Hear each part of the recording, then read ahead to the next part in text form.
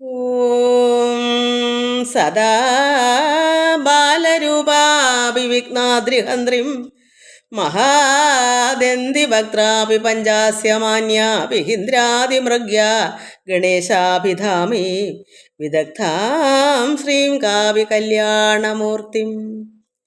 ഓം 51 അക്ഷരം ചേർന്നഴകിയ തനുവായി ദേഹമധ്യത്തിൽ നിന്നിട്ടമ്പിൽ സ്തംഭം കണക്കേ ശിരസി തലയുമായി ഉള്ളിലാറപ്യമോടും പൻപിൽ പൊങ്ങും സുഷുമ്നയ്ക്കകമതിലുളവാം പത്മമാറിങ്കലും ചേർന്ന് 51 വാഴും ദളമതിലമരും വിദ്യപദ്യം തരേണം.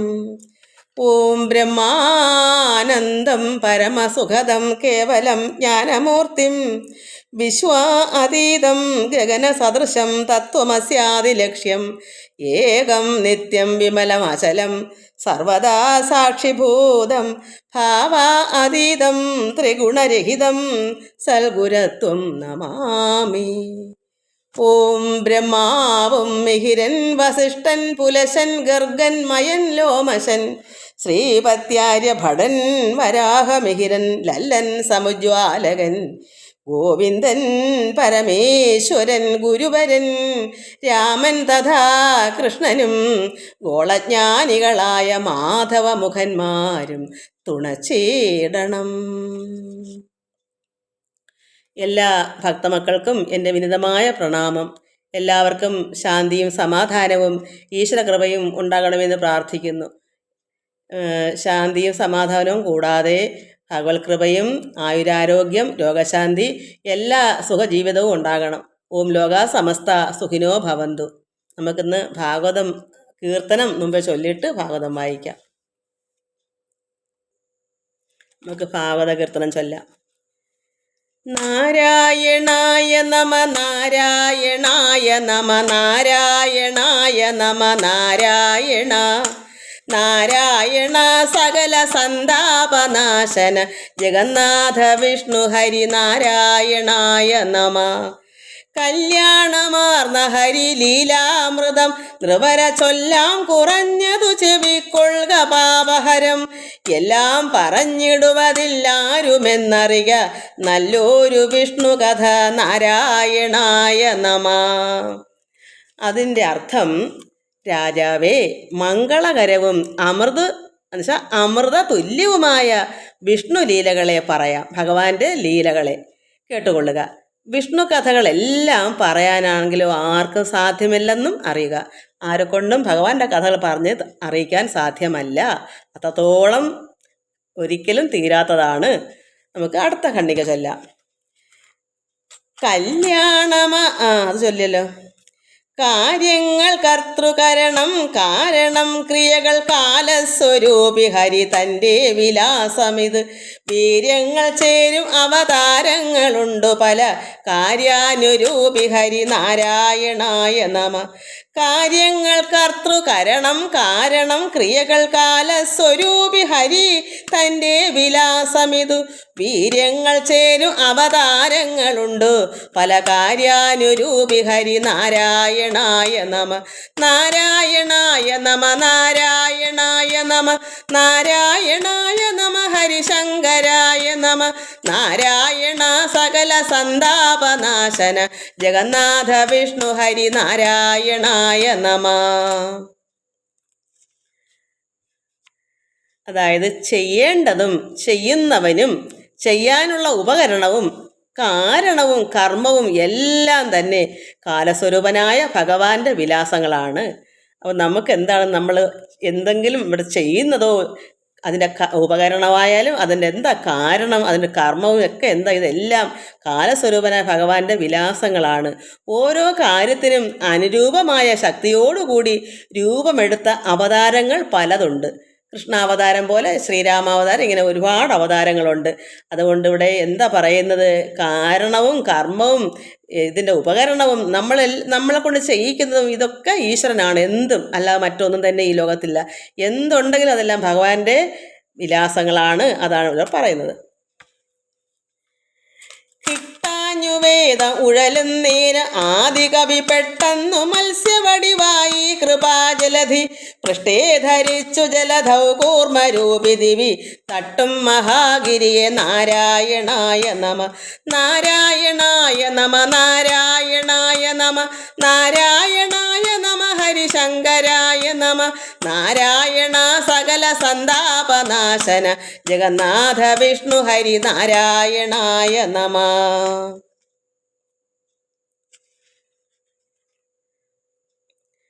വേദത്തിൻ്റെ നഷ്ടത്തിൽ, കാരണം വേദം നഷ്ടപ്പെട്ടു പോയി ബ്രഹ്മാവിൻ്റെ കയ്യിൽ നിന്ന്. ഹയഗ്രീവൻ വേദങ്ങളെ മോഷ്ടിച്ചുകൊണ്ട് പോയി. അതുകൊണ്ട് വേദത്തിൻ്റെ നഷ്ടത്തിൽ ബ്രഹ്മാവ് വളരെ ദുഃഖിച്ചു. അപ്പോൾ കൃപാനിധിയായ ഭഗവാൻ പെട്ടെന്ന് മത്സ്യമായി അവതരിച്ചു. അതായത് ഹയഗ്രീവൻ വേദങ്ങളെ അപഹരിച്ച് സമുദ്രഗർഭത്തിൽ ഒളിച്ചപ്പോൾ അയാൾ വേദങ്ങളെ ബ്രഹ്മാവിൻ്റെ കയ്യിൽ നിന്ന്, ബ്രഹ്മാവിന് ഉറക്കം ഇങ്ങനെ വന്നപ്പോഴാണ് ഇദ്ദേഹം മോട്ടിച്ചുകൊണ്ട് പോയത്. എവിടെ കൊണ്ടുവച്ചു? സമുദ്രത്തിൻ്റെ ഗർഭത്തിൽ കൊണ്ട് ഒളിച്ചു വെച്ചപ്പോൾ ഭഗവാൻ മത്സ്യമായി അവതരിച്ചാണ് ഈ കഥ. പാലാഴി മഥന വേളയിൽ സമുദ്രത്തിൽ താഴ്ന്നു പോകുന്ന മന്ദരപർവ്വത്തെ ഉയർത്താനും ഭഗവാൻ കൂർമ്മമായി അവതരിച്ചു. അപ്പോൾ മത്സ്യമായി അവതരിച്ചെന്തിനാ? വേദങ്ങളെ വീണ്ടെടുക്കാൻ. അതുപോലെ തന്നെയാണ് പാലാഴി മഥനം, അതായത് മന്ദരപർവ്വതം താഴേക്ക് പോയപ്പോൾ കൂർമ്മമായി അവതരിച്ചതും ഭഗവാൻ തന്നെയാണ്. അതാണ് ഇവിടെ പറഞ്ഞത്.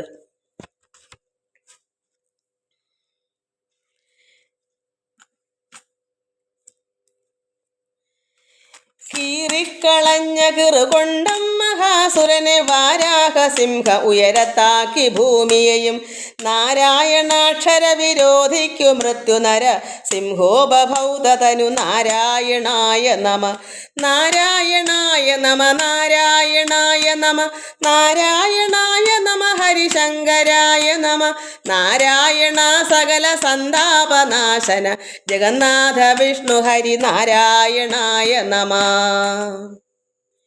ഇവിടെ പറയുന്നത് വരാഹ അവതാരത്തെയാണ്. എന്നുവെച്ചാൽ പന്നി ശ്രേഷ്ഠൻ. എന്തിനാ ഭഗവാൻ അങ്ങനെ അവതരിച്ചത്? തേറ്റ കൊണ്ട് ഹിരണ്യാക്ഷനെ പിളർന്നെറിഞ്ഞ് ഭൂമിയെ ഉയർത്താൻ. പന്നിയായും പിന്നെയോ ഭഗവാൻ നാരായണൻ എന്ന അക്ഷരങ്ങളോട് പോലും വിരോധം കൈക്കൊണ്ട ഹിരണ്യകശിപു നാരായണ എന്ന് പറയാതെ ഹിരണ്യായ നമ എന്ന് പ്രാർത്ഥിക്കാൻ അദ്ദേഹത്തിന് മകനോട് പ്രഹ്ലാദനോട് പറയുമല്ലോ. അതാ ഭഗവാന്റെ നാമം ഉച്ചരിക്കാൻ പോലും നാരായണൻ എന്ന അക്ഷരങ്ങളോട് പോലും വിരോധം കൈക്കൊണ്ട ഹിരണ്യകശിപുവിനെ വധിക്കാൻ നരസിംഹമായും ഭഗവാൻ അവതരിച്ചു. അപ്പോൾ എന്താ? ഭൂമിയെ ഉയർത്താൻ പന്നിയായും വന്നു, നരസിംഹമായിട്ട് ഹിരണ്യകശിപുവിനെ വധിക്കാനും വന്നു. അതാണ് ഇതിൽ പറയുന്നത്. തേറ്റ കൊണ്ട്, അതായത് പന്നിയുടെ തേറ്റ കൊണ്ടാണ് ഭൂമിയെ ഉയർത്തിയത്. അതുപോലെ ഹിരണ്യകശിപുവിനെ വധിക്കാൻ സ്വന്തം മകനായ പ്രഹ്ലാദൻ ഹിരണ്യായ നമ എന്ന് പ്രാർത്ഥിക്കാൻ പറയും. അല്ല നാരായണ എന്ന് ജപിക്കാൻ സമ്മതിക്കുകയല്ല. ഭഗവാനെ തന്നെ ഭജിക്കുന്ന മകനെ വധിക്കാൻ വേണ്ടി പല രീതിയിൽ വന്നപ്പോൾ ഭഗവാനോടെ നരസിംഹമായും വന്നു. അതാണ് ഇതിൽ പറഞ്ഞത്. കുറ്റം വരാതെ ബലിയാഗത്തിൽ മാണിവപുരറ്റം വരാതുലകു വീണ്ടേഷമുച്ചുവടായി പില്ലാളിമാരയുധി മൂവേഴുവട്ടമിഹ കൊന്നോരു രാമഹരി നാരായണായ നമ നാരായണായ നമ നാരായണായ നമ നാരായണായ നമ ഹരിശങ്കരായ നമ നാരായണ സകല സന്താപനാശന ജഗന്നാഥ വിഷ്ണു ഹരി നാരായണായ നമ. ഇവിടെ മഹാബലിയുടെ യാഗസ്ഥലത്ത് ചെന്ന് 3 ലോകവും 3 അടിയായി അളക്കാൻ വാമനനായി അവതരിച്ചു ഭഗവാൻ. എന്താ പറയുക, വാമന അവതാരം 3 അടിയായി അളന്ന് മഹാബലി ഭിക്ഷയാചിച്ചല്ലോ. 3 അടി വേണം തപസ് ചെയ്യാൻ. അങ്ങനെ മഹാബലിയുടെ യാഗസ്ഥലത്ത് ചെന്നിട്ട് 3 ലോകവും 3 അടിയായി അളക്കാൻ വാമനനായി അവതരിച്ചതും വില്ലാളി വീരന്മാരായ ക്ഷത്രിയരെ 21 വട്ടം വധിക്കുന്നതിന് പരശുരാമനായി അവതരിച്ചതും ഈ ഭഗവാൻ നാരായണൻ തന്നെയാണ് എന്നാണ് ഇതിൽ പറഞ്ഞത്. അപ്പം മഹാബലിയുടെ യാഗസ്ഥലത്ത് നിന്ന് 3 അടി മണ്ണ് അളന്ന് വാങ്ങിക്കാൻ വാമനനായി അവതരിച്ചതും ഈ ഭഗവാനാണ്. പിന്നെ ഈ വില്ലാളി വീരന്മാരായ ക്ഷത്രിയരെ 21 വട്ടം വധിക്കുന്നതിന് പരശുരാമനായി അവതരിച്ചതും ഈ ഭഗവാൻ നാരായണൻ കൃഷ്ണൻ തന്നെയാകുന്നു എന്നാണ് അതിൽ പറഞ്ഞത്. കൂട്ടം നിശാചരരുടെ രാവണാദികളെ മൂട്ടോടു കൊല്ലുവതിനായി രഘുപ്രവരൻ വാട്ടം വരാതെ ബലഭദ്രാകൃതിം തടവി നാട്ടിന്നു നല്ലതിഹ നാരായണായ നമ നാരായണായ നമ നാരായണായ നമ നാരായണായ നമ ഹരിശങ്കരായ നമ നാരായണ സകല സന്താപനാശന ജഗന്നാഥ വിഷ്ണു ഹരി നാരായണായ നമ. ഈ ശ്ലോകത്തിൽ പറയുന്നത് രാവണൻ മുതലായ രാക്ഷസന്മാരെ, അപ്പം രാവണനെ മാത്രമല്ല ആ കുടുംബത്തോടെ സമൂലം മൊത്തത്തിൽ വധിക്കുന്നതിന് വേണ്ടി ഭഗവാൻ രഘുവംശത്തിൽ ദശരഥ മഹാരാജാവിൻ്റെ അയോധ്യയിൽ രഘുവംശത്തിൽ ശ്രീരാമനായി അവതരിച്ചു. പിന്നെ നാട്ടിന് നന്മ വരുത്തുന്നതിന് പിന്നീട് ബലഭദ്രനായും പിറന്നു. ഇതാണ് ആ ശ്ലോകത്തിൽ. അപ്പോൾ എന്താ ഭഗവാൻ ഇവിടെ രാവണനെ സമൂലം, അതായത് മൂടോടെ ആ കുടുംബത്തോടെ അതിൻ്റെ മക്കളും ഒക്കെ വിഭീഷണൻ ഒഴിച്ച് ബാക്കി എല്ലാത്തിനും നശിപ്പിക്കാൻ വേണ്ടി ഭഗവാൻ അവതരിച്ചു. പിന്നെ രഘുവംശത്തിൽ ശ്രീരാമനായി അവതരിച്ചു. അതിനുശേഷം നാട്ടിനു നന്മ വരുത്തുന്നതിന് പിന്നീട് ബലഭദ്രനായും പിറന്നു. അതാണ് ഇതിനകത്ത്. കെൽപ്പേറിനൂര് യദുവംശേ പിറന്നു ഹരി മുപ്പാരുമേവ പരിപാലിച്ചു കൃഷ്ണനഥ അപ്പാഴരെ കലിയുഗാന്തേ വധിച്ചിടുവതുൽപ്പന്ന കൽക്കിതനു നാരായണായ നമ നാരായണായ നമ നാരായണായ നമ നാരായണായ നമ ഹരിശങ്കരായ നമ നാരായണ സകല സന്താപനാശന ജഗന്നാഥ വിഷ്ണു ഹരി നാരായണായ നമ.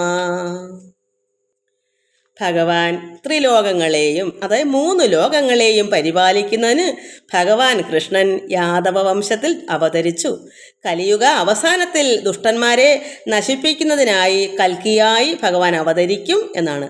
അപ്പോൾ ഇനി നമുക്ക് കൽക്കിയായി അവതരിക്കും എന്നാണ് ഇതിൽ പറയുന്നത്. ഭഗവാൻ ഈ 3 ലോകത്തിലും ഉള്ള ദുഷ്ടന്മാരെയെല്ലാം നശിപ്പിക്കാൻ വേണ്ടി, എന്നിട്ടോ എല്ലാവരെയും പരിപാലിക്കാൻ, 3 ലോകങ്ങളെയും പരിപാലിക്കുന്നതിന് വേണ്ടി ഭഗവാൻ കൃഷ്ണൻ യാദവ വംശത്തിൽ അവതരിച്ചു. ഇനി നമുക്ക് ഈ കലിയുഗ അവസാനത്തിൽ ദുഷ്ടന്മാരെ മൊത്തം നശിപ്പിക്കുന്നതിനായിട്ട് കൽക്കിയായി ഭഗവാൻ അവതരിക്കും എന്നാണ് അതിൽ. നമുക്കിനി അടുത്ത പ്രാവശ്യം വായിക്കാം, സമയം പോയി. എല്ലാവർക്കും നമസ്കാരം. നമുക്കിനി ഭാഗവതം കണ്ടു വായിക്കാം. നമ്മൾ കഴിഞ്ഞ പ്രാവശ്യം വിപ്രപത്നി അനുഗ്രഹ ലീലയാണ് വായിച്ചത്. കാരണം വിപ്രന്മാരുടെ അവിടെ സ്ത്രീകൾ, നാരിമാരെ ഭഗവാൻ അനുഗ്രഹം കൊടുത്തു. ഭക്തരായിരുന്നു അവർ. അതുകൊണ്ട് ഭഗവാന് ആഹാരങ്ങളെല്ലാം എടുത്തുകൊണ്ട് പെട്ടെന്ന് തന്നെ ഭഗവാന്റെ അടുക്കിലേക്ക് വന്നു. അവർക്ക് നന്നായി ഭഗവാൻ അനുഗ്രഹം കൊടുത്തു. അവരുടെ ഭർത്താക്കന്മാരായ വിപ്രന്മാർക്ക് മനസ്സിലായി ഭഗവാൻ യഥാർത്ഥ സാധാരണക്കാരനല്ല, പരമാത്മാവായ നാരായണനാണ് കൃഷ്ണനെന്ന് അവർക്ക് മനസ്സിലായി. വിപ്രന്മാരും ഭഗവാനെ അവസാനം പോകെ ആരാധന ആണ് അവരും മനസ്സിലാക്കി. ഇവർ ആരണർ തമ്മിൽ പറഞ്ഞു, ഇത് കാരണം എല്ലാറ്റിനും ജഗദീശ്വരൻ നാരായണനായ കൃഷ്ണനിൽ കർമ്മങ്ങൾ നേരെ സമർപ്പിക്ക വേണം എല്ലാവരും. മൂലം നനയ്ക്കിലോ വൃക്ഷമെല്ലാം തെളിഞ്ഞാലോ ഫലം വേണ്ടതൊക്കവേ സിദ്ധമാ. നമ്മൾ മനസ്സിലാക്കേണ്ടത് പരമാത്മാവായ ഭഗവാന്റെ പാദപീഠത്തിൽ നമ്മൾ നന്നായി കണ്ണുനീരൊഴുകിയിരുന്ന് അവിടെ നിന്ന് പ്രാർത്ഥിച്ച് ഭഗവാനോട് ചേർന്ന അഭയം അങ്ങനെ ഇരുന്നാൽ മാത്രമേ, അതായത് മൂലം നനയ്ക്കിലോ, സാധാരണ ഒരു വൃക്ഷത്തിൻ്റെ ചുവട്ടിൽ വെള്ളം വളവും ഇട്ടാൽ ആ വൃക്ഷം നന്നായി തളർത്ത് പൂത്ത് കായും കനികളുമായിട്ട് ഫലം തരും.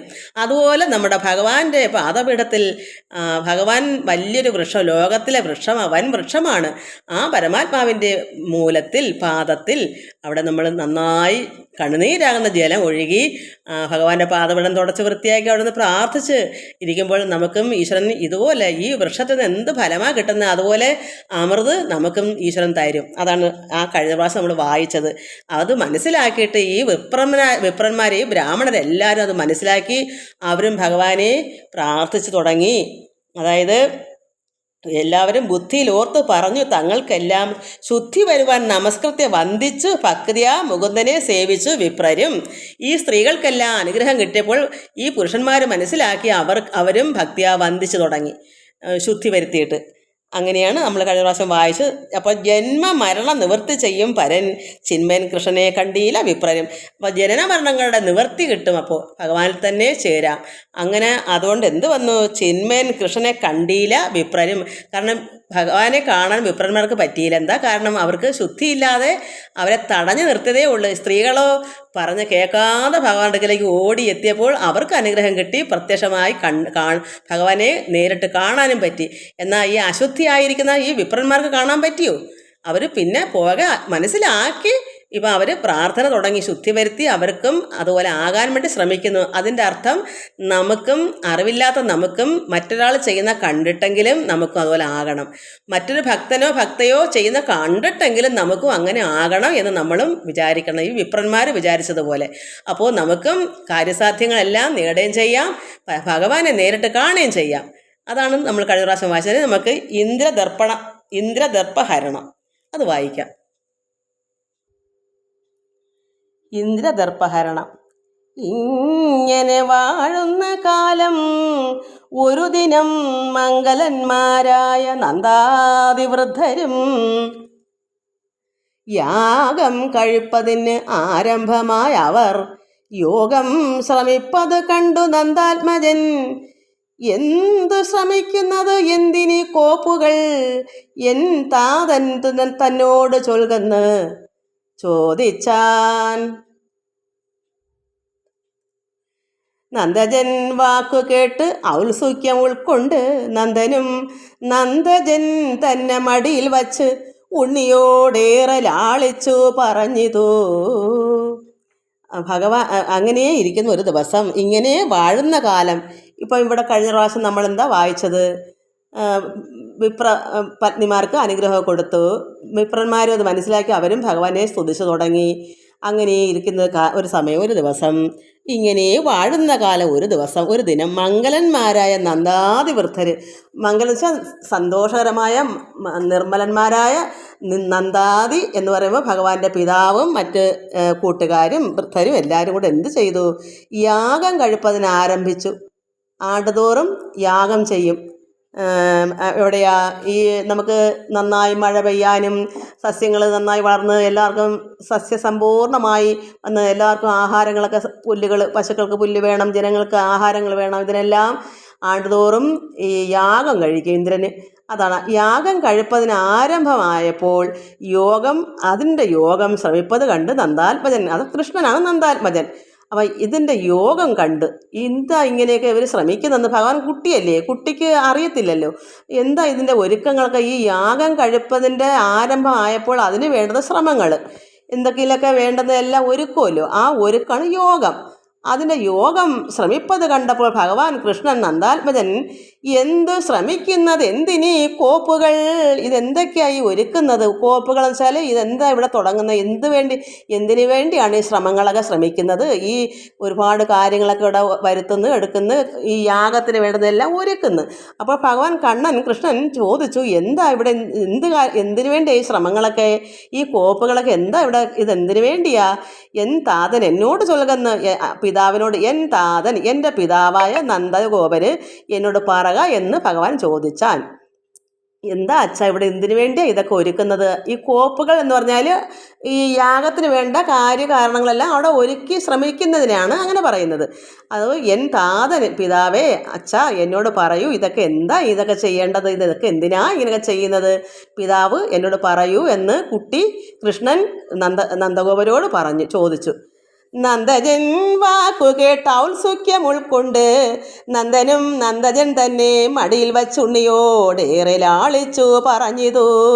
ഭഗവാൻ പിതാവെടുത്ത് മടിയിൽ വെച്ചിട്ട്, കുഞ്ഞല്ലേ എടുത്ത് വച്ചിട്ട് ഭഗവാനോട് നന്ദനും നന്ദജൻ തന്നെ, അത് നന്ദഗോപര് കുട്ടിയെ എടുത്ത് മടിയിൽ വെച്ച് ഉണ്ണിയോട് ഭഗവാൻ കണ്ണനോട് ഏറെ ലാളിച്ചു പറയും. കുഞ്ഞുങ്ങൾ ചോദ്യം ചോദിക്കുമ്പോൾ എടുത്ത് സ്നേഹിക്കുക ലാളിക്കുകയൊക്കെ ചെയ്തുകൊണ്ടാണല്ലോ ഉത്തരം പറയുന്നത്. അപ്പോൾ പിതാവ് എന്ത് ചെയ്തു? മടിയിലെടുത്ത് വെച്ച് കുഞ്ഞിനെ ലാളിച്ചുകൊണ്ട് പറഞ്ഞു, നിർണയം ഓർത്തറിഞ്ഞിടുക നീ, ഇത് നീ മനസ്സിലാക്കണം. കുഞ്ഞിനോട് പറയുന്നു, നിർണയം ഓർത്തറിഞ്ഞിടുക നീതും സസ്യസമ്പൂർണയായുള്ള ധരിത്രിയും സസ്യങ്ങൾ കൊണ്ടു ജീവിക്കുന്നു പ്രാണികൾ. പിതാവ് പറയുന്നു, ഇത് നീ മനസ്സിലാക്കണം, ഓർത്തറിയൂ. എന്താ? ഈ സസ്യസമ്പൂർണയായുള്ള ഈ ധരിത്രി, ഈ ഭൂമി സസ്യങ്ങൾ കൊണ്ട് നിറഞ്ഞിരിക്കുന്നതാണ്. എന്തിനാണ്? സസ്യങ്ങൾ കൊണ്ട് ജീവിക്കുന്നു പ്രാണികൾ. നമുക്ക് ഇന്ന് ലോകത്തെ എല്ലാവർക്കും സസ്യം ഉണ്ടെങ്കിലേ പറ്റൂ. ഏത് കാരണം കൊണ്ടായാലും സസ്യങ്ങളില്ലാതെ ജീവിക്കാൻ ആർക്കും സിംഹത്തിനും പറ്റത്തില്ല. സിംഹത്തിന് മൃഗങ്ങളെ തിന്നണമെങ്കിൽ പുല്ല് തിന്നുന്ന മാനിനെ തിന്നണമല്ലോ. അപ്പോൾ പുല്ല് തിന്നാതെ മാൻ വളരൂലല്ലോ. അപ്പോൾ സസ്യമില്ലാതെ സിംഹത്തിന് പോലും പുലിക്കും ഒന്നും കഴിയാൻ പറ്റത്തില്ല. എല്ലാ ജീവജാലങ്ങൾക്കും സസ്യം കൊണ്ടേ പറ്റൂ. അപ്പോൾ സസ്യം തിന്ന് വളരുന്ന മാനിനെ തിന്നുന്ന സിംഹം. അപ്പം മാനും സസ്യം തിന്നെങ്കിലേ സിംഹത്തിന് ആഹാരമാവുള്ളൂ. അപ്പോൾ നമുക്ക് എല്ലാവർക്കും, മനുഷ്യർക്കും മൃഗങ്ങൾക്കും പക്ഷികൾക്കും എല്ലാം എന്താ വേണ്ടേ? സസ്യങ്ങൾ വേണം. അതുകൊണ്ട് സസ്യസമ്പൂർണയായുള്ള ഈ ധരിത്രി, ഈ ഭൂമി, സസ്യങ്ങൾ കൊണ്ട് ജീവിക്കുന്നു പ്രാണികൾ. ഈ ലോകത്തുള്ള സർവ്വ പ്രാണികളും എങ്ങനെ ജീവിക്കുന്നു? സസ്യങ്ങൾ കൊണ്ടേ ജീവിക്കുന്നു. അത് പിതാവ് കുഞ്ഞിന് പറഞ്ഞു കൊടുക്കുക. അവർ 7 വയസ്സോ മറ്റോ ഉള്ളൊരു കുട്ടിയാണ് കൃഷ്ണൻ. മടിയിലെടുത്ത് വെച്ച് ലാളിച്ച് പറയും, മക്കളെ കണ്ണാ, ഇതെന്താ ഇത് ഈ ചെയ്യുന്നത്? ഇത് നമുക്ക് നീ മനസ്സിലാക്കണം കുഞ്ഞെ. സസ്യസമ്പൂർണയായുള്ള ഈ ഭൂമി, സസ്യങ്ങൾ കൊണ്ടാണ് സർവ്വരും എല്ലാ പ്രാണികളും ജീവിക്കുന്നത്. സസ്യങ്ങൾ വർഷേണ വർഷവും മേഘേന സസ്യാധിപൻ ഇന്ദ്രനസ്യ ദോഷാർത്ഥമായി ഭൂദേവ യജ്ഞകർമ്മങ്ങളാൽ ഇന്ദ്രന് മോദം വളർത്തുന്നു. വത്സരേ വത്സരേ, വത്സരം എന്ന് വെച്ചാൽ എന്താ? ആണ്ട് തോറും. വത്സരേ വത്സരേ എന്ന് വെച്ചാൽ ഓരോ വർഷം തോറും എന്താ? ഭൂദേവ യജ്ഞകർമ്മങ്ങളാൽ ഇന്ദ്രന് സന്തോഷം വളർത്തുന്നു, മോദം വളർത്തുന്നു. എന്താ? യാഗം ചെയ്ത് ഇന്ദ്രന് വേണ്ടിയാണ് ചെയ്യുന്നത്. എന്തിനാ? വത്സരേ വത്സരേ, ആണ്ട് തോറും ഇദ്ദേഹത്തിന് യജ്ഞം ചെയ്യണം. എന്തിനാ? സസ്യസമ്പൂർണയായി വരാൻ. ഈ ഭൂമിയിൽ മഴ പെയ്യേണ്ട സമയത്ത് മഴ പെയ്യിക്കണം. എന്തെല്ലാം ഈ കാര്യങ്ങളെല്ലാം നോക്കുന്നത് ഈ ദേവേന്ദ്രനാണ് എന്നാണ് ഇവിടെ പിതാവായ നന്ദഗോപന് ഭഗവാന് പറഞ്ഞു കൊടുക്കുന്നത്. കൃഷ്ണന് കുഞ്ഞാണ്. അതുകൊണ്ട് സസ്യങ്ങൾ വർഷേണ വർഷവും മേഘേന, സസ്യങ്ങൾക്ക് വേണമെങ്കിൽ വർഷം വേണം. വർഷം എന്തുകൊണ്ടുണ്ടാവും? മേഘങ്ങൾ കൊണ്ട്. അങ്ങനെയാണ് ഇങ്ങനെ മഴ പെയ്യുമ്പോൾ സസ്യാധിപൻ ഇന്ദ്രനസ്യ ദോഷാർത്ഥമായി. അപ്പോൾ എന്താ? സസ്യാധിപൻ, ഇതിൻ്റെ എല്ലാം അധിപനാണ് ഇന്ദ്രൻ. ഇന്ദ്രന് ദോഷാർത്ഥമായി ഭൂദേവ യജ്ഞകർമ്മങ്ങൾ ചെയ്യണം. ഇന്ദ്രന് മോദം വളരാൻ, സന്തോഷം ഉണ്ടാവാൻ. അതുകൊണ്ട് പിതാവ് പറഞ്ഞു, ഇതൊക്കെ നീ അറിയണം. ഇവിടെ ഇന്ദ്രന് നന്നായി യാഗം ചെയ്തെങ്കിലേ ഇവിടെ ആണ്ടുതോറും മഴ പെയ്യുകയുള്ളൂ. മഴ എങ്ങനെ ഉണ്ടാകുന്നു? മേഘങ്ങൾ കൊണ്ട്. ഇങ്ങനെ ഓരോന്ന് വരുമ്പോൾ നമുക്കിവിടെ സസ്യങ്ങൾ കൊണ്ട് ഭൂമി നിറയും. എല്ലാ പ്രാണികളും സസ്യങ്ങൾ കൊണ്ടാണ് ജീവിക്കുന്നത്. ഇത് കുഞ്ഞിന് പറഞ്ഞു കൊടുത്തു. ആയതിനുള്ള സംഭാരവർഗം അതും ചെയ്തിടിൽ നമ്മെ രക്ഷിക്കും ശശീപതി. അതിനുള്ള സംഭാരവർഗമാണ് നമ്മൾ ചെയ്യുന്നത്. എന്താണ് സംഭാരവർഗം? ഈ യാഗത്തിന് വേണ്ട കോപ്പുകൾ. എന്തൊക്കെയാ ഒരു യാഗത്തിന് വേണ്ട കാര്യകാരണങ്ങളെല്ലാം അവിടെ ഉണ്ടാക്കി വെച്ചതിനാണ് ഇവിടെ കോപ്പുകളെന്നോ അല്ലെങ്കിൽ സംഭാരവർഗം. ഒരുപാട് കാര്യകാരണങ്ങൾ വേണം. എന്തൊക്കെയാ ഒരു യാഗത്തിന് വേണ്ടത്? പിന്നെ പ്ലാവിൻ്റെ ഇങ്ങനെ ഒരുപാട്, എനിക്കത് പറയാൻ അറിയത്തില്ല. എല്ലാം വേണം നമുക്ക്. യാഗം അമ്പലത്തിലൊക്കെ സപ്താഹത്തിന് കണ്ടില്ലേ, ഈ ഭൂമിയിൽ പിന്നെ തീ അഗ്നി കൂട്ടി യാഗം ചെയ്യുന്ന അതുപോലെയാണ്. അത് ഇവിടെ ചെയ്ത് എന്തിനാ? ആണ്ടുതോറും ദേവേന്ദ്രന് കൊടുക്കുന്നതാണ് ഈ യാഗം. അയാൾക്ക് സന്തോഷം ഉണ്ടാകും. ഇന്ദ്രന് മോദം വളരണം, സന്തോഷം ഉണ്ടാകണം ആണ്ടുതോറും. അതുകൊണ്ട് ഈ സംഭാരവർഗം, ഈ കോപ്പുകളെല്ലാം ഉണ്ടാക്കുന്നത് യാഗത്തിനാണ്. അങ്ങനെ ചെയ്തിടിൽ നമ്മെ എന്ത് ചെയ്യും? രക്ഷിക്കും. ആരാ? ശശീപതി ഇന്ദ്രൻ. ശശീപതി ഇന്ദ്രൻ. ഇന്ദ്രൻ നമ്മളെല്ലാം രക്ഷിക്കും എന്ന് പിതാവ് മകന് പറഞ്ഞു കൊടുത്തു. താതൻ്റെ വാക്കുകൾ കേട്ടു ജഗൽപതി ചേതസി മന്ദഹാസം പൂട്ടുമെല്ലവേ. അങ്ങനെ കുഞ്ഞെന്ത് ചെയ്ത്? അച്ഛൻ്റെ വാക്ക് കേട്ടപ്പോൾ ജഗൽപതി ഭഗവാൻ നാരായണൻ ചേതസി മനസ്സിൽ മന്ദഹാസം പൂണ്ടുമെല്ലവേ ചൊല്ലിനാൻ. എന്താ? കുഞ്ഞ് പുഞ്ചിരിച്ചുകൊണ്ട് പറയുക പിതാവിനോട്. അപ്പോൾ പിതാവ് ഇങ്ങനെ പറഞ്ഞ്, ഇന്ദ്രന് യാഗം ചെയ്താൽ നമുക്ക് വേണ്ടുന്നതെല്ലാം ഭൂമിയിലുണ്ടാകും. എല്ലാ ജീവജാലങ്ങൾക്കും സസ്യസമ്പൂർണ്ണമായി എല്ലാവർക്കും ആഹാരങ്ങൾ അതിൽ നിന്ന് ഉണ്ടാകും. അതുകൊണ്ട് അദ്ദേഹത്തിനെ സന്തോഷമാക്കണം ഇന്ദ്രനെ. അതിൻ്റെ കോപ്പുകളാണ് നമ്മളിവിടെ ഉണ്ടാക്കുന്നത്, ഇവിടെ ശ്രമിക്കുന്നത് എന്ന് പറഞ്ഞു. കല്യാണത്തിനൊക്കെ സദ്യക്ക് എന്തെല്ലാം ഒരുക്കി വെക്കുന്ന അതുപോലെ യാഗത്തിന് വേണ്ട എല്ലാവരും ഒരുക്കി വെക്കുന്നു. അതാണ് കോപ്പുകൾ എന്ന് പറയുന്നത്. അപ്പോൾ ഇത് കേട്ടപ്പോൾ, താതൻ്റെ വാക്ക് കേട്ടപ്പോൾ ഭഗവാൻ ജഗൽപതി മനസ്സിൽ മന്ദഹാസം കൊണ്ട് പതുക്കെ മെല്ലവേ ചൊല്ലി പറഞ്ഞു. എന്താ? താതനി ചൊന്നത് യോഗ്യം അല്ലെന്ന് തോന്നുന്നുണ്ടോ ചൊല്ലുവാൻ കേൾക്കതും. അച്ഛൻ പറയുന്നത്. അപ്പം മന്ദഹാസം കൊണ്ട് പതുക്കെ കുട്ടി കൊച്ചു കുഞ്ഞാണ്. പക്ഷേ ഭഗവാൻ എല്ലാം അറിയാം, പിതാവിനേക്കാൾ ഉപരി. കാരണം നാരായണൻ ആരാ? അദ്ദേഹം ഭഗവാൻ പിതാവിനോട് പറയുന്നു, താതനി ചൊന്നത് ഈ ഇന്ദ്രന് യാഗം ചെയ്യുന്നതൊക്കെ അയോഗ്യമാണ്, യോഗ്യമല്ല. താതനി പറയുന്നത് ചൊന്നത് യോഗ്യമല്ലെന്ന് തോന്നുന്നുണ്ട്. എനിക്കത് തോന്നുന്നു അച്ഛാ, ഇത് ശരിയല്ല, ഈ ഇന്ദ്രന് യാഗം ചെയ്യുന്നത് ശരിയല്ല അച്ഛാ, എനിക്കങ്ങനെ തോന്നുന്നു. ചൊല്ലുവൻ കേൾക്ക്, ഞാൻ പറയാൻ കേൾക്കൂ. മകൻ അച്ഛനെ മനസ്സിലാക്കി കൊടുക്കുക. എനിക്ക് തോന്നുന്നു അച്ഛാ, ഇത് ശരിയല്ല, ഇന്ദ്രന് യാഗം ചെയ്ത് കൊടുക്കുന്നതൊന്നും ശരിയല്ല, അത് ഞാൻ പറയാം, അത് അച്ഛൻ കേൾക്കൂ. നിർമ്മലാത്മാ പരബ്രഹ്മണി മായയാ കർമ്മവശാലുളവായി ഗുണത്രയം. അപ്പം നിർമ്മലമായിരുന്ന പരമാത്മാ പരബ്രഹ്മണി അവിടുത്തെ മായയാ കർമ്മവശാലുളവായി ഗുണത്രയം. ഈ ഭൂമി സസ്യസമ്പൂർണമായി ചെയ്യുന്ന ഈ പ്രപഞ്ചം, ഈ ധാത്രി, ഇവിടെ പ്രപഞ്ചം എന്താ? ഗുണത്രയം. ത്രയം മൂന്ന് ഗുണങ്ങളോടുകൂടി സത്വരജസ്തമസ് എന്ന അതിൻ നാമങ്ങൾ എന്തൊക്കെയാ? 3 ഗുണങ്ങൾ. സത്വ അത് സാത്വികം, രജസ് രാജസം, താമസം.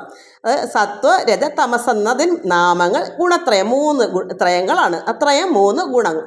3 ഗുണം. ഒന്ന് തമോ ഗുണം, രജോ ഗുണം, സത്വഗുണം.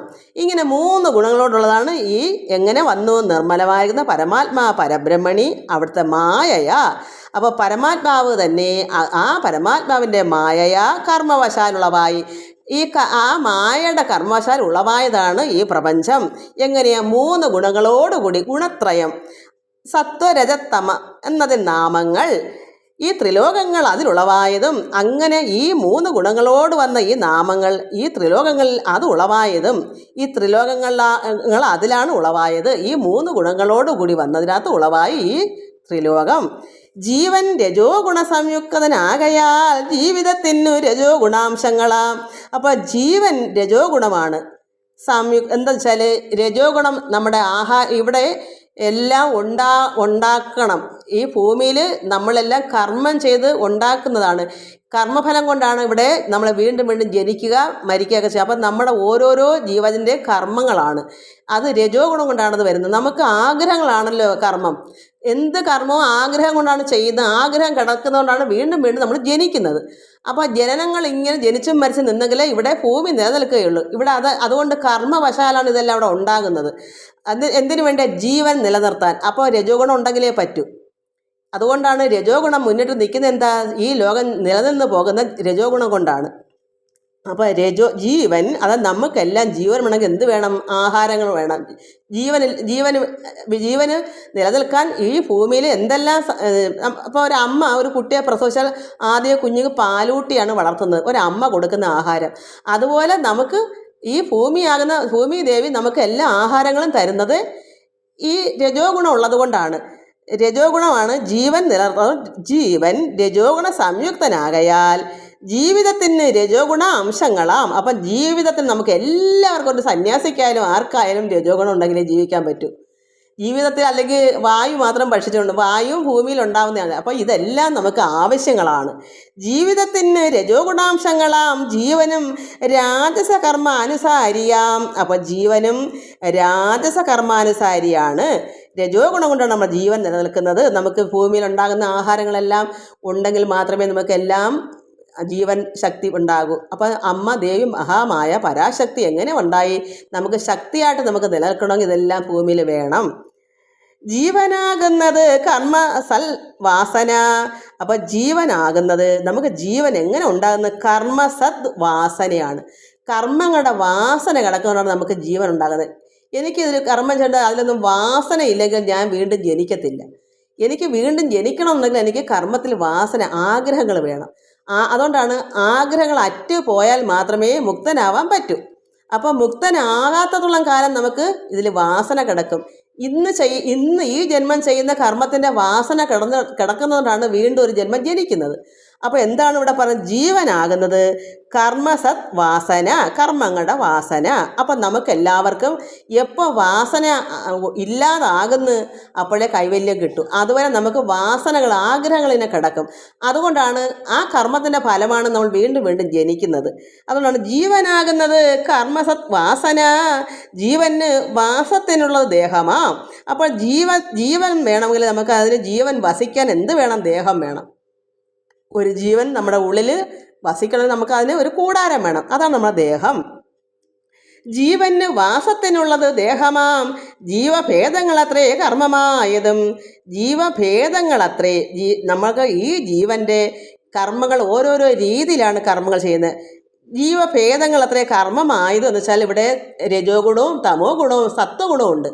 ഓരോ ജീവനും ഓരോ രീതിയിലാണ് കർമ്മത്തിൻ്റെ ഭേദങ്ങൾ. ഒരാൾ സത്വഗുണം എടുത്താൽ മറ്റൊരാൾ ചിലപ്പോൾ രജോ ഗുണമായിരിക്കും, വേറൊരാൾ തമോ ഗുണമായിരിക്കും. അപ്പോൾ ഭേദങ്ങളായി മൂന്ന് അവസ്ഥയിലാണ് പലരും. എല്ലാവരും ഒരവസ്ഥയിലല്ല, പലർക്കും പല രീതിയിലാണ്. എല്ലാവരും സത്വഗുണം എടുക്കത്തില്ല, എല്ലാവരും രജോ ഗുണവും വരത്തില്ല, എല്ലാവർക്കും തമോ ഗുണവും ഇല്ല. എല്ലാം ഇടകലർന്ന് വരികയും ചെയ്യും. ചിലപ്പോൾ തമോ ഗുണവും രജോ ഗുണവും കൂടെ ചേർന്നും വരാം, മിശ്രമായും വരാം. ചിലർക്ക് സത്വഗുണം മാത്രമായും വരാം, ചിലർക്ക് രജോ ഗുണം മാത്രമായും വരാം. ഇങ്ങനെ പല രീതിയിലാണ് നമ്മുടെ കർമ്മവാസന. ഓരോ ഗുണങ്ങളനുസരിച്ചാണ് നമ്മുടെ കർമ്മങ്ങൾ. അതുകൊണ്ട് ജീവഭേദങ്ങൾ അത്രയേ കർമ്മമായതും. നമുക്കുള്ള ഓരോ ഇപ്പോൾ സത്വഗുണം എടുക്കുന്നവർ നന്മയായിരിക്കും ചെയ്യുന്നത്. അത്രയും സത്വഗുണം മാത്രമുള്ള ഒരു വ്യക്തിക്ക് ഈശ്വരനിലേക്ക് വലിയ ഭക്തനുമായിരിക്കും, സൽക്കർമ്മങ്ങളെ അദ്ദേഹം ചെയ്യുകയുള്ളൂ. അതേപോലെ അല്ല രജോ ഗുണക്കാർ ലോകം നിലനിന്ന് പോകുന്ന രീതിയിൽ കർമ്മങ്ങൾ ചെയ്ത് വാസന കിടക്കും. അങ്ങനെയാണ് ലോകത്ത്. അല്ലെങ്കിൽ എല്ലാവരും അങ്ങ് സത്വഗുണമായാൽ ഈ ലോകം അവസാനിച്ചു പോകത്തില്ലേ? ആരെങ്കിലും പിന്നെ നിലനിൽക്കുമോ? അതുകൊണ്ട് രജോ ഗുണമാണ് കൂടുതലുമുള്ള ആൾക്കാർക്ക്. കാരണം അവരുടെ വാസന നശിക്കുന്നില്ല. 1 കിട്ടുമ്പോൾ 2 വേണം, 2 കിട്ടുമ്പോൾ 4 വേണം. ഇങ്ങനെ മുന്നോട്ട് കിടക്കുന്ന വാസനകളാണ്. അതുകൊണ്ടാണ് പലർക്കും പല ഭേദങ്ങളായി വരുന്നത്. കാരണം ജീവഭേദങ്ങൾ അത്രയേ കർമ്മമായതും. കർമ്മഭോക്താവ് ജീവാത്മാവ് അറിയണം. കർമ്മത്തിൻ്റെ ഭോക്താവ് ആരാണ്? നമുക്ക് കർമ്മം ചെയ്താൽ അത് അനുഭവിക്കുന്ന ആരാണ്? ജീവാത്മാവാണ്. നമ്മുടെ ഉള്ളിലെ ജീവാത്മാവിനാണ് ഈ കർമ്മങ്ങൾ ചെയ്ത അനുഭവം കിട്ടുന്നത്, ഭോക്താവ്. ആഹാരങ്ങൾ നമ്മളിപ്പോൾ ഒരു കർമ്മം ചെയ്ത് ആഹാരം പാചകം ചെയ്ത് അത് അനുഭവിക്കുന്ന ആരാണ്? നമ്മുടെ ഉള്ളിലെ ജീവനല്ലേ, ജീവാത്മാവല്ലേ. കർമ്മം ചെയ്ത് വെച്ചാൽ അത് ആര് കർമ്മം ചെയ്താലും നമ്മുടെ ഉള്ളിലിരിക്കുന്ന അത് അനുഭവിക്കുന്ന ഭോക്താവാണ് ജീവാത്മാവ്. കർമ്മഭോക്താവ് ജീവാത്മാവ് അറിയണം. കർമ്മങ്ങൾ പുണ്യമിശ്രം പാപമാകുന്നു. അപ്പം കർമ്മങ്ങൾ പുണ്യമിശ്രം എല്ലാം കൂടെ ചേർന്നതാണ്, അത് പാപമാകുന്നു. ബ്രാഹ്മണ ക്ഷത്രിയ വൈശ്യ ശൂദ്രാദികൾ ബ്രഹ്മകർമ്മങ്ങൾ ശിക്ഷ രക്ഷ വാണിഭം ബ്രാഹ്മണ ശുശ്രൂഷ എന്ന് ജാതി ആചാര സന്മാർഗമായ വേദോക്തികളായതും. ഇതെല്ലാം ഭഗവാൻ കൃഷ്ണൻ അച്ഛന് പറഞ്ഞു കൊടുക്കുകയാണ് ഇതെല്ലാം. അപ്പോൾ കർമ്മങ്ങൾ പുണ്യമിശ്രം പാപമാകുന്നു. പല രീതിയിൽ കർമ്മങ്ങൾ ചെയ്യും, മിശ്രമായും പുണ്യം മിശ്രമായും പല രീതിയിൽ ചെയ്യുമ്പോൾ അത് പാപമാകുന്ന രീതിയിലൊക്കെ പല രീതിയിലാണ് പലതും ചെയ്യുന്നത്. ഭേദം ഉണ്ട്, ഓരോരുത്തരും ഓരോ രീതിയിലാണ്. അപ്പോൾ എല്ലാവരും ഒരേ രീതിയിലല്ല. ചിലർ പാപം കൂടിക്കഴിയും, ചിലർ പാപം കുറച്ച് ചെയ്യും, ചിലർ വെറും പാപി തന്നെയായിരിക്കും, ചിലർ വെറും സത്വഗുണം മാത്രമായിരിക്കും. ഇങ്ങനെ പല രീതിയിലാണ് ലോകത്ത് ജനങ്ങൾ. അതുകൊണ്ട് ഇവർക്കെല്ലാം ഓരോന്ന് പറഞ്ഞിട്ടുണ്ട്. എന്താ? ബ്രാഹ്മണ ക്ഷത്രിയ വൈശ്യ ശൂദ്രാദികൾ. ബ്രാഹ്മണരും ക്ഷത്രിയരും വൈശ്യരും ശൂദ്രാദികൾ എന്ത് ചെയ്യുന്നു? ബ്രാഹ്മണര് ബ്രഹ്മകർമ്മങ്ങൾ. അപ്പം ബ്രാഹ്മണ ക്ഷത്രിയ വൈശ്യ ശൂദ്രാദികൾ ഈ 4 കൂട്ടരും ബ്രാഹ്മണർ ചെയ്യുന്നത് എന്താ? ബ്രഹ്മകർമ്മങ്ങളാണ്, ഈശ്വരകർമ്മങ്ങളാണ് ചെയ്യുന്നത്, പൂജകൾ. എന്നാൽ ക്ഷത്രിയരോ ശിക്ഷാരക്ഷ. കാരണം ഇല്ല പട്ടാളക്കാരുടെ ഒരു നിയമം പോലെയാണ്. അതല്ലേ വില്ലാളി വീരനായ അർജുനൻ എന്താ യുദ്ധം എന്ന് പറഞ്ഞേക്കുന്നത് ക്ഷത്രിയർക്ക്. അതിന് ഇപ്പം അതൊന്നും ഇല്ലെങ്കിൽ എന്താ പട്ടാളക്കാർ അതിന് നമുക്ക് ഉപമയായിട്ട് എടുക്കാമല്ലോ. അപ്പോൾ അവർ ശിക്ഷയൊക്കെ ചെയ്യുന്നതാണ് ക്ഷത്രിയർ. വൈശ്യരെന്ത് ചെയ്യുന്നു? വാണിഭം, കച്ചവടം.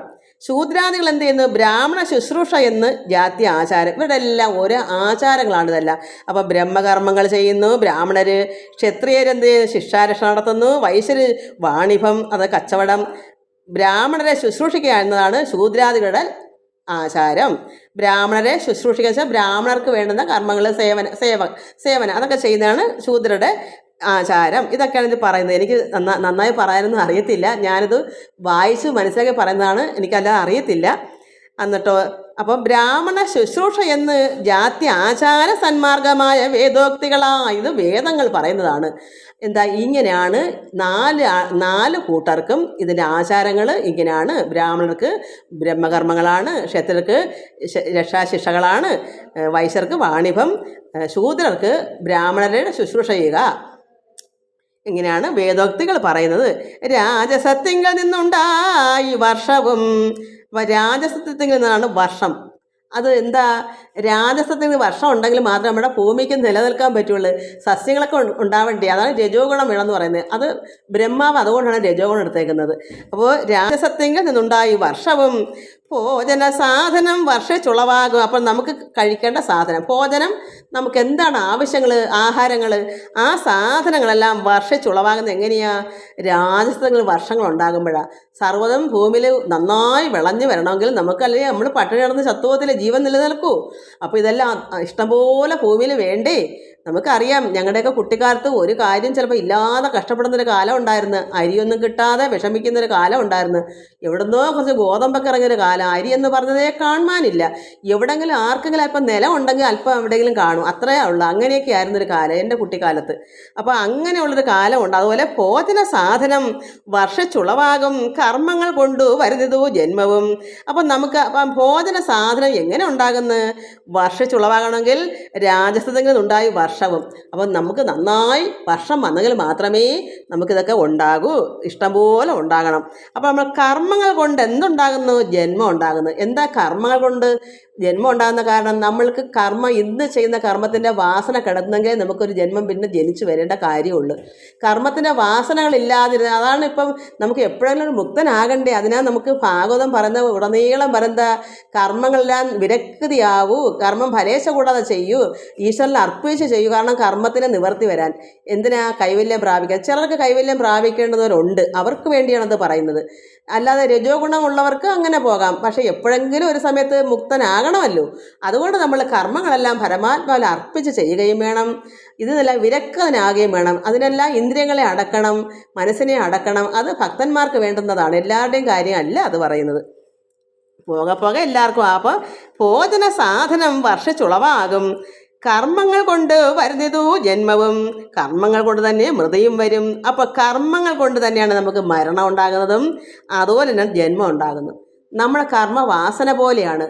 നമ്മുടെ കർമ്മങ്ങൾ വാസന കിടന്നാൽ നമ്മൾ വീണ്ടും ജനിക്കും. ജനിച്ചാൽ നല്ല കർമ്മങ്ങൾ ചെയ്യാതിരുന്നാൽ നമ്മൾ മരിക്കും.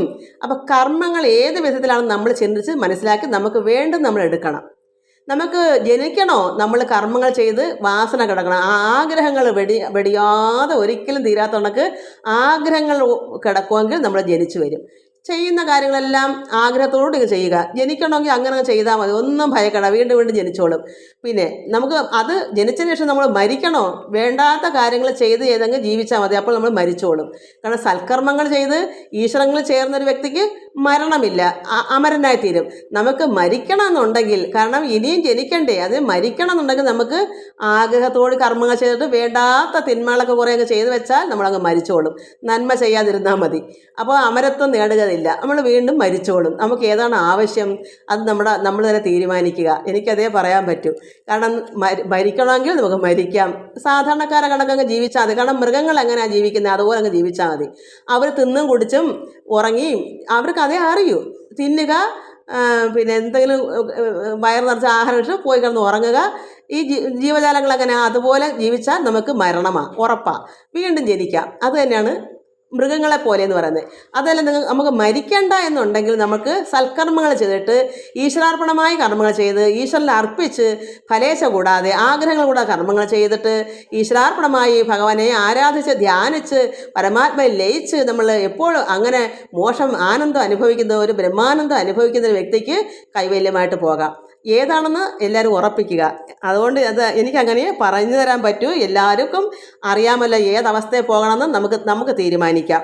അതുകൊണ്ട് കർമ്മങ്ങൾ കൊണ്ടു വരുന്നതു ജന്മവും, കർമ്മങ്ങൾ കൊണ്ട് തന്നെ മൃതിയും വരും. കർമ്മങ്ങൾ കൊണ്ട് തന്നെ പരിപാലിച്ച് കർമ്മമത്രേ സർവ്വവസ്തുക്കളും നിർണ്ണാം.